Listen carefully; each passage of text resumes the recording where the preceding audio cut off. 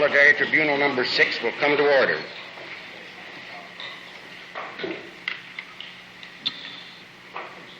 tribunal will now proceed with the arraignment of the defendants in case number 6 pending before this tribunal. The Secretary General will call the roll of the defendants.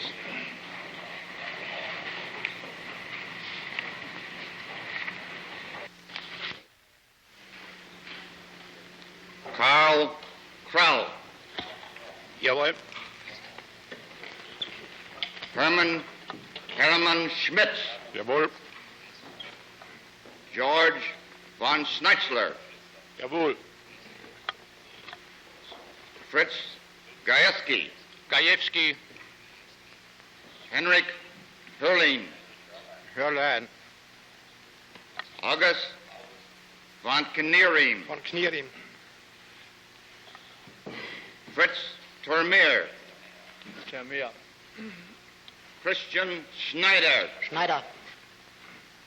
Otto Ambros. Ambros. Max Bruggemann.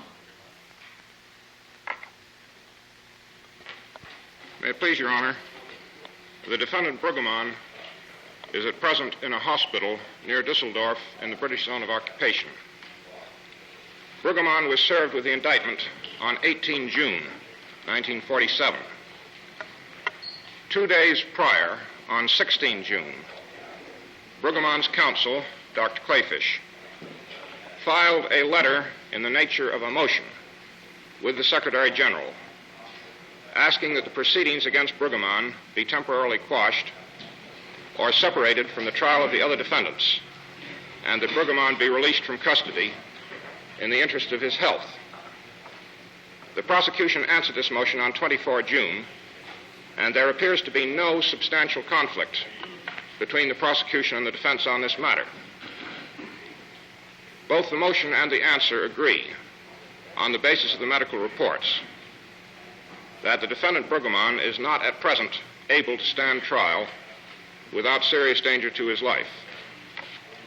The prosecution in its answer has suggested, in accordance with the procedure which the International Military Tribunal adopted in the case of Gustav Krupp von Bohlen, that an order be entered herein postponing for an indefinite time the proceedings against Bruggemann, but directing that the charges in the indictment be retained upon the docket of the military tribunals for trial thereafter if the physical and mental condition of the defendant should permit. The tribunal may, of course, wish to have a further medical examination of Bruggemann before deciding this matter.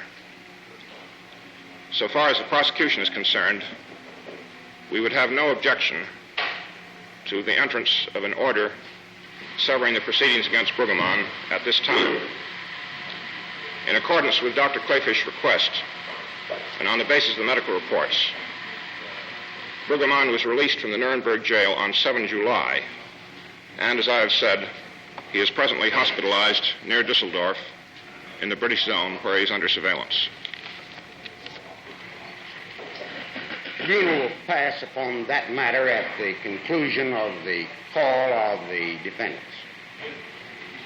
You may proceed, Mr. Secretary. Ernst Bergen. Bürgin.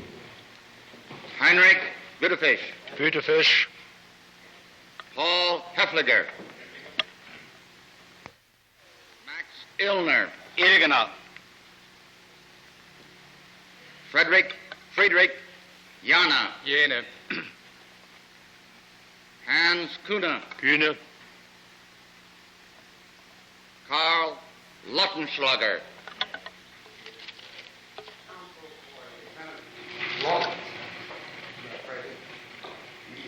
Make some observation to the court with reference to this defendant.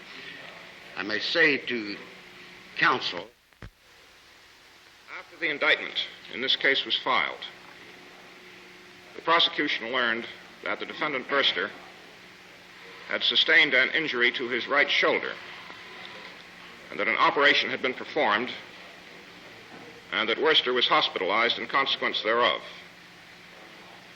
according to the advice of the French doctors who treated Wurster, it appeared that he could not be moved to Nuremberg, at least for several weeks. Accordingly, arrangements were made to serve the indictment on the defendant Wurster at Ludwigshafen in the French zone. And this was done by the Marshal of the Court on 20 June 1947. Thereafter, the defendant Wurster was further affected with a heart condition, which further delayed his transfer to Nuremberg.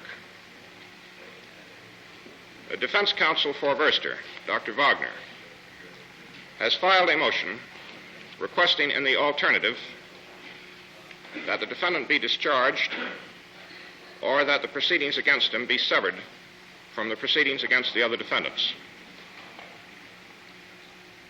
The prosecution filed an answer to this petition on 25 July 1947, to which Dr. Wagner filed a further reply on the 4th of August. The defense motion and the answer. The prosecution has just received information that the defendant Wurster was examined on 12 August 1947 by an American military doctor and is advised that Wurster could now be transported under proper physical safeguards to Nuremberg. The prosecution will, when the court hears this matter, oppose Dr. Wagner's request that the proceedings be severed, although we, of course, have no objection to such further medical examination as the court may direct.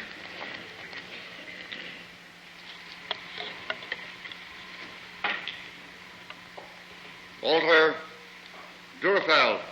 Dürrfeld. Heinrich Gatineau. Gatineau. Erich von der Heide. Von der Heide. Hans Kugler. Kugler. May this honorable tribunal please all defendants except Max Bruggemann, Karl Wurster, and Karl Lautenschläger are present and in the dock. On the basis of the showings, now call the defendants now in the dock, one by one for arraignment. Karl?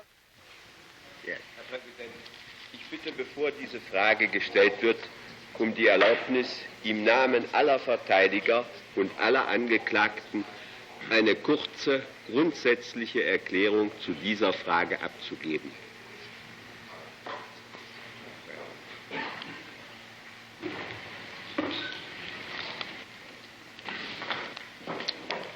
Hohes Gericht, mein Name ist Böttcher, Dr. Konrad Böttcher, Rechtsanwalt und Verteidiger des Angeklagten Professor Dr. Krau. Ich spreche zugleich im Namen aller anwesenden Verteidiger. Es ist jetzt der Zeitpunkt gekommen, zwei grundsätzliche Einwendungen gegen das Verfahren vorzubringen. Ich behandle folgende zwei Punkte. Ich erhebe Einspruch gegen die Anklageschrift, da sie der in Ordonnanz Nummer 7 vorgeschriebenen Form nicht entspricht. Nach der Ordonnanz Nummer 7, Artikel 4, muss die Anklage in hinreichendem Maße und mit genügend Einzelheiten feststellen, um den Angeklagten über die ihm zur Last gelegten Vorwürfe zu unterrichten. Schluss des Zitats. Diese Anforderung an das Indictment ist hier nicht genügt, und zwar weder für den Tatbestand der Conspiracy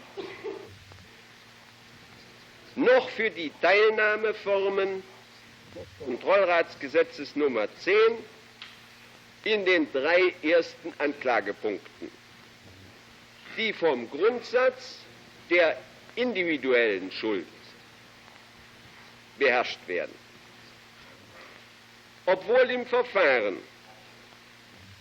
vor dem Internationalen Militärtribunal die Conspiracy als eine besondere Teilnahmeform des angelsächsischen Rechtes die Grundlage der Anklage bildete,